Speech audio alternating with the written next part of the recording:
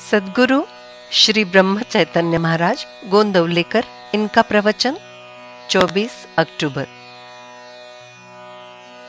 परमेश्वर के सच्ची पूजा।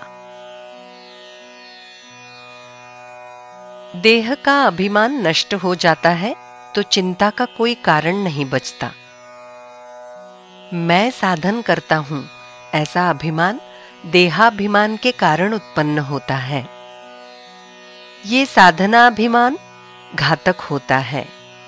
अतः जो भी होता है परमेश्वर की सत्ता से होता है, ये मानते जाएं। अपना हित किसमें है, ये उसे ही अच्छी तरह समझता है और वो तुम्हारे अच्छे के लिए ही करता है। इसलिए किसी तरह की चिंता न करें। उस पर विश्वास रखकर आनंद से रहें। चित्तवृत्ति परमेश्वर की ओर लगाएं। वहां से वो विषय की ओर जाने लगे तो उसकी ओर ध्यान देने का आपको मौका मिला है, ये समझें। मन विषयाकार होने लगे तो मेरा स्मरण करें। थोड़े समय बाद स्मरण हुआ तब भी मेरा स्मरण करें, जिससे बाद में जल्दी जल्दी स्मरण होने लगेगा। जिसका मन पूजा में होता है उसकी सच्ची पूजा होती है। सर्वाभूति भगवत भाव, यानी सबके प्रति भगवत भाव और किसी का मन ना दुखाना, यही सच्ची पूजा है। पूजा के लिए बाह्य उपचारों की आवश्यकता नहीं होती। मन मात्र अर्पण होना आवश्यक है। पूजा में भाव होना जरूरी है। भक्ति और वैराग्य, इनमें ऐसा कुछ अंतर नहीं। परमेश्वर की रुचि यानी भक्ति और विषयों की अनासक्ति यानी वैराग्य। भगवान राम जब वनवास में जाने के लिए निकले तो उन्होंने सीता माई को साथ में न आने के विषय में कहा।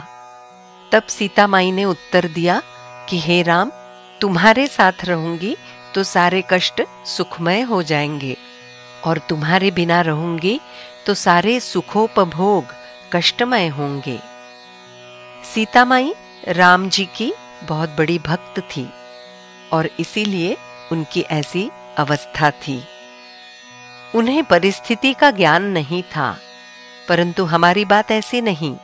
एक तरफ हम परिस्थिति पर निर्भर होते हैं और दूसरी ओर हमें भगवान चाहिए। इसलिए हमें बीच का मार्ग पकड़ना चाहिए, और वो ये कि हम कहें, रामा, मेरी परिस्थिति तुम्हारी इच्छा पर निर्भर है। ऐसा यदि हमने मनपूर्वक कहा तो यदि परिस्थिति बदल भी जाए तो हमारा आनंद टिका रहेगा। क्या मेरे भगवान को ये अच्छा लगेगा?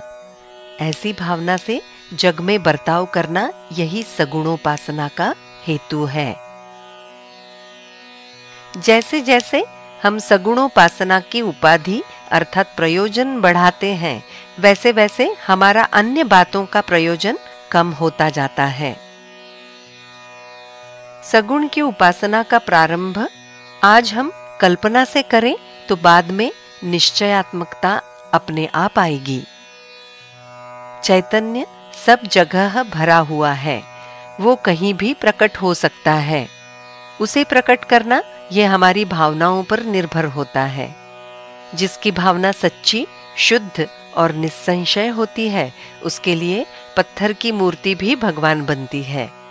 भावना मात्र 100% होनी चाहिए, उसमें मिलावट किसी उपयोग की नहीं। उपाधि या वासना नष्ट करने के लिए ही नाम लिया जाता है। जानकी जीवन स्मरण जय जय राम।